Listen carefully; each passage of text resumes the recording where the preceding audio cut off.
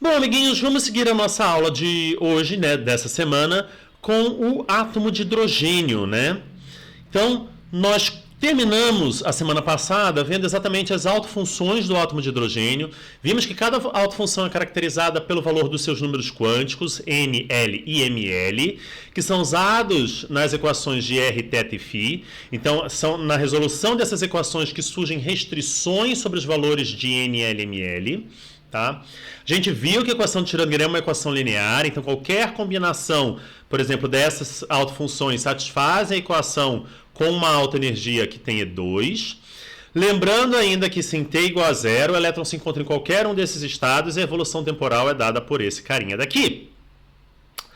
Bom, agora que a gente resolveu, entre aspas, vamos ver o significado, o tipo de informação que a gente consegue extrair dessas equações, que isso é importante, tá? Então a gente vai começar com a densidade e probabilidade, no caso radial, tá? Ou seja, o que eu quero, a pergunta que a gente tem que se fazer aqui é: o que as autofunções dizem sobre a probabilidade de encontrar um elétron? Tá? Então notem o seguinte: quando a gente estava trabalhando, né? Quando a gente estava trabalhando com uma função em uma dimensão, né, a gente tinha o seguinte, que que psi de x estrela de t, psi de x de t dx era a probabilidade de encontrar uma partícula em torno de x. Ou, melhor dizendo, probabilidade de encontrar a partícula, né, entre x e x mais dx. Certo?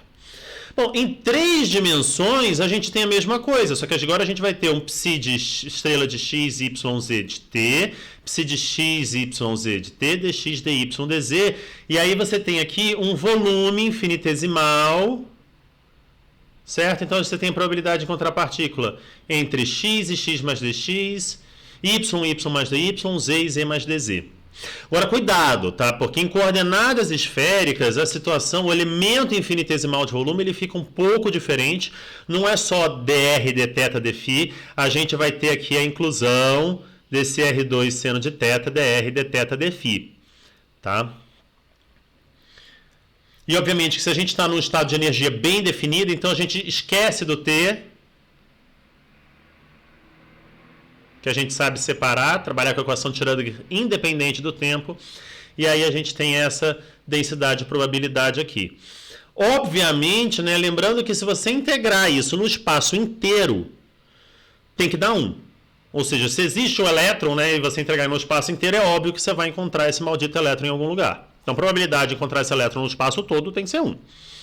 Isso diz que se eu pego um volume qualquer, então esse gama maiúsculo aqui está representando um volume qualquer para mim, tá? Se eu pego um volume qualquer e eu integrar nesse volume, tá? A probabilidade de encontrar esse elétron tem que ser, obviamente, menor do que 1. Tá? Quando eu falo agora, qual é a probabilidade de encontrar um elétron independente do θ e do φ? Ou seja, para qualquer θ e φ, aonde que vai estar esse elétron? Esquece o ângulo, eu estou pensando apenas na probabilidade radial. Esse o tópico da nossa aula, seria a densidade de probabilidade radial, dessa primeira parte da aula da semana, né? Ok? Não sei porque aparece isso quando eu faço o negócio, mas tudo bem. Então, vou pegar aqui um volume gama, e sim, senhores, eu desenhei isso à mão, tá feio, mas você pensa que é o volume entre duas esferas, tá? Então você tem uma esfera aqui, você tem uma outra casca esférica aqui, tá? E agora você pega o primeiro quadrante aqui, esse aqui seria assim, né? Você pega o primeiro quadrante aqui, ó, tô pegando esse voluminho aqui, então esse meu gama, tá? Então, seria o volume entre duas cascas esféricas ou entre duas esferas. Tá? E eu quero achar a probabilidade de encontrar a partícula entre R e R mais dr, independente do θ e φ. Então, quando eu falo independente do θ e φ, significa que eu vou integrar o θ e φ no espaço inteiro, porque eu não me importo com ele. Então, eu vou integrar o φ de 0 a 2π, e vou integrar o θ de 0 a π. Tá? Então, ao fazer essa integral, eu chego nesse cara daqui. E ao fazer essa integral, eu vou chegar num n, onde n, tá, é o valor dessa constante aqui que eu vou ter dessa integral de θ e φ de φ. Tá? Obviamente esse R2 aqui está sobrando. Errei de novo! De novo! E olha que eu dei uma verificada, hein? Enfim. Bom, professor, eu não quero fazer essa integral em θ e φ. Tudo bem? Você pode pensar também o seguinte, olha, se eu tiver só a densidade e probabilidade radial, que é esse cara daqui, né, até aqui, se eu integro esse P de R aqui, então se eu pego e vou integrar de 0 até infinito, e o P de R, dr vezes n, isso aqui tem que ser igual a 1. Então você pode pensar que esse n também é uma constante de normalização para o meu P de R dr. Tá? Então você pode obter tanto por θ e φ como para P de R dr. Tá? Fica a seu critério, o jeito que você prefere obter esse n, mas você não pode esquecer dele, pelo amor de Deus, porque senão a integral não vai dar 1. Né? Bom, então a gente tem que esse R estrela de R vezes R, R2 dr, é o que eu chamei de P de R dr, é a probabilidade de encontrar partícula entre R e R mais dr. Agora, se eu quiser a probabilidade de encontrar partícula entre A e B, vamos pegar aqui dois raios A e B, então eu vou mudar a tinta da minha canetinha, então eu vou ter aqui, ó, A é o raio interno, tá? Vou chamar o módulo, vou colocar o módulo só. E B seria o externo, aqui. Então, a probabilidade de encontrar partícula nesse gama, que está entre os raios A e B, é uma integral de A até B de P de R dr. Ok? Vamos analisar um pouco agora, tá? Um pouco do meu P de R. Então, a gente vai ver a cara das nossas funções do orbital, né, do átomo de hidrogênio, e a gente vai ver o seguinte, olha, o P de R, ele tem um valor máximo, certo? O valor máximo é o valor mais provável da variável radial. Professor, como que a gente obtém o valor máximo de P de R? Gente, se vocês estão fazendo essa pergunta ainda para mim nessa época do ano, nessa época do curso, volta um pouco, né? É só a gente fazer dP de R dr igual a 0, que isso aqui vai ocorrer exatamente para o R máximo. Espertinho vocês. Tá? Agora, o valor médio, então notem uma diferença. Existe o valor máximo, que é o valor mais provável da variável radial, e existe o valor médio da variável radial. Aí o valor médio é a média de uma série de medidas da posição radial. Então, se você pega o valor médio, seria ali o tamanho da órbita independente da direção, certo? Então, o tamanho da órbita independente da direção, então a gente tem, aí você vai integrar, tá? Você vai pegar aqui o seu de 0 até infinito, de R de R dr, vai fazer essa conta aqui e você vai obter o valor médio. Note que agora você tem aqui um R, ó, R ao cubo. Tem o R quadrado daqui, mas olha só, eu errei aqui de novo, o R que está faltando da conta do valor médio. Certo? Então eu tenho a integral de 0 a infinito de R, R2 sendo θ, então vai vir um R ao cubo para cá, e aí eu tenho esse N integral de 0 a infinito de P de R dr. Ok? Bom, aqui tem um exemplinho que a gente vai fazer na aula de exercícios, mas é basicamente calcular o valor de R máximo e R médio para esse carinha aqui, o Psi210 do átomo de hidrogênio. Se vocês quiserem ir fazendo, vocês podem ir fazendo com antecedência para a gente, quando chegar lá na hora, vocês tirarem qualquer dúvida se for o caso, tá? Mas, em geral, existe uma fórmula meio geral para o R médio que você consegue chegar usando as propriedades das funções, tá? Que a gente não vai obter ela aqui, obviamente. Então, para um dado N e para um dado L, a gente tem essa cara aqui para o R médio. Tá? Então, olha que coisa bacana. E aí a gente tem que tomar muito cuidado aqui. Tá? Conforme a gente vai aumentando o L até chegar no maior L possível para um dado N, né, que é LL-1, você vai chegar nessa expressão aqui para o valor médio do raio da sua órbita. E o valor médio do raio da sua órbita cresce com n ao quadrado. Tá? Professor, por que isso é legal? Significa o seguinte: quanto maior a energia que estiver o seu átomo, tá? De hidrogênio, maior vai ser o tamanho do átomo. Isso é meio óbvio, né? Porque você lembra que você tem aqui... Peraí, deixa eu mudar a cor.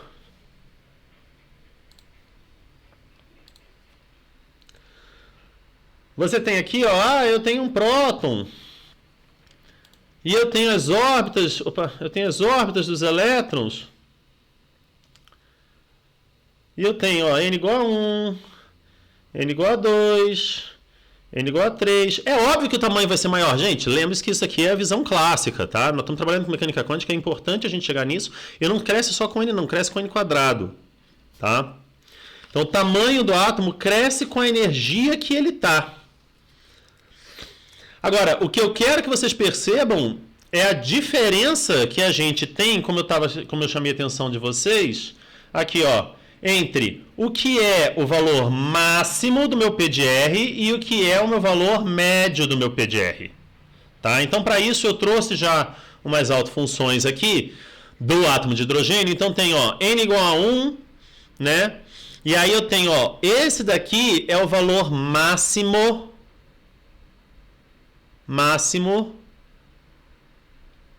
tá? Esse carinha aqui é o valor máximo. Então, isso daqui que está a linha tracejada indica em R igual a R máximo. Isso daqui é o R médio. Percebe a diferença? O máximo está aqui. Opa, eu ia precisar de uma régua aqui, né? Mas beleza. E o R médio. R máximo, R médio. Por quê? A distribuição...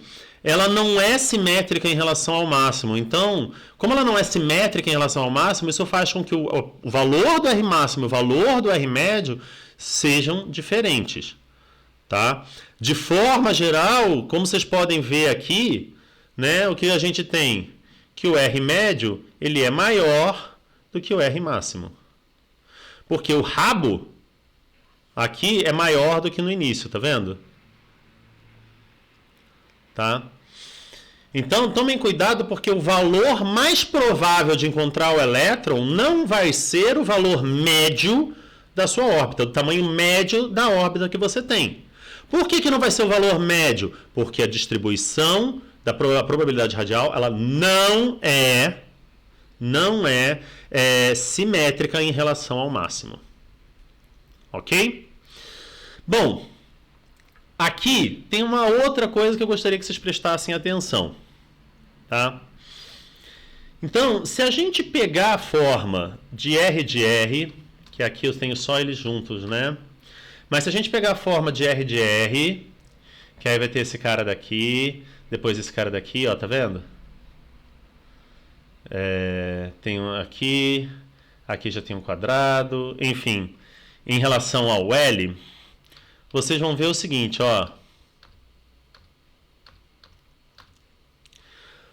que a forma do R de NL de R vai com R elevado a L. Tá? Então, a probabilidade... Então, próximo da origem, já que a exponencial não matou ainda a sua função, então próximo da origem a probabilidade vai com esse cara daqui ao quadrado vezes o R2, que vem do elemento infinitesimal de volume, vai com 2L mais 2. Então, o que isso significa? Tá? Significa que nós temos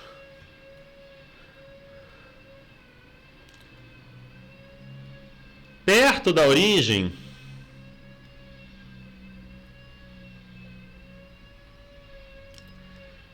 a maior... putz, eu começo a gravar a aula e eles começam a fazer essa obra. Putz, grila, mano. Então, give me a break. Obrigado.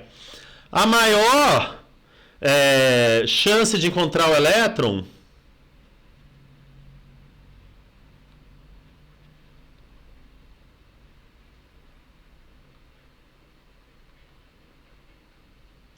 ocorre no menor L.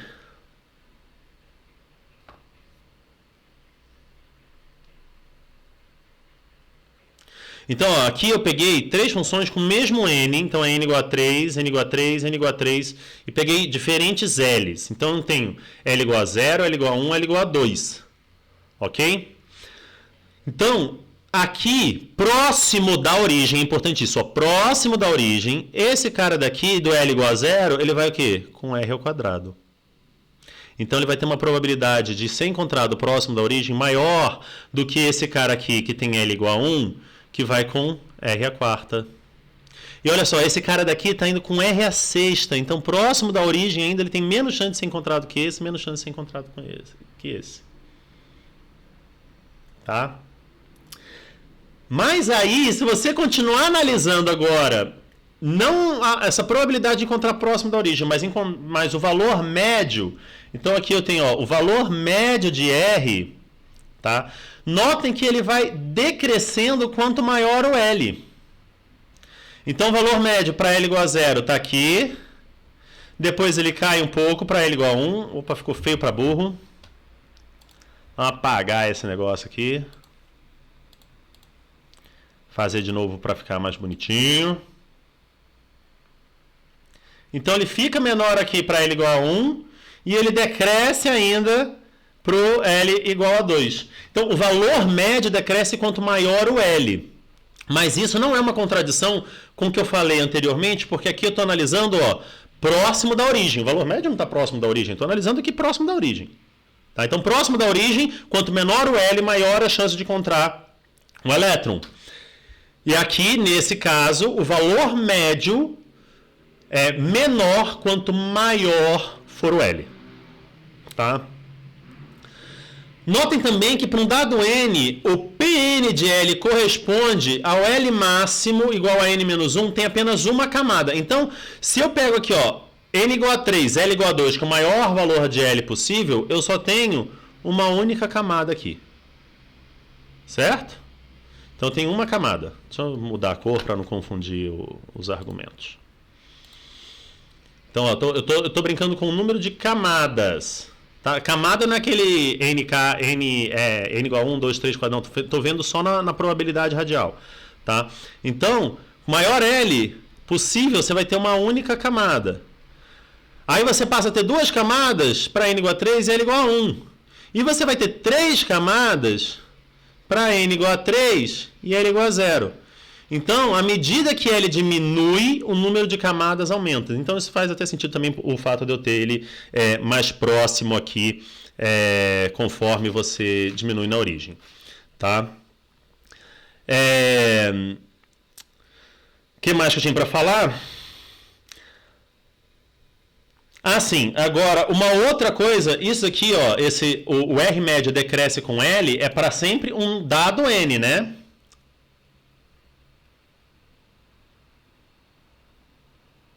Se eu pegar, agora eu vou analisar aqui, o R médio, ele aumenta com N. Então, olha o R médio aqui, para N igual a 2, N igual a 2, eu tenho esse cara daqui e esse cara daqui. Viu que diminuiu aqui quando aumentou o L, mas beleza.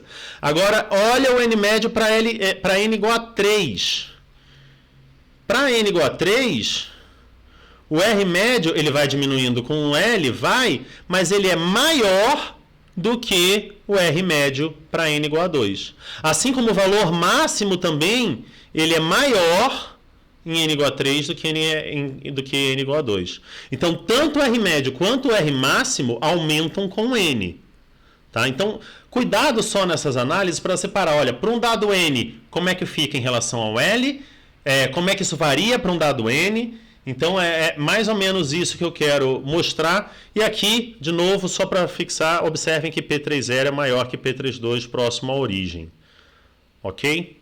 Então, cuidado ao fazer análise tanto para n fixo variando L ou variação de n. Tá? São coisas distintas.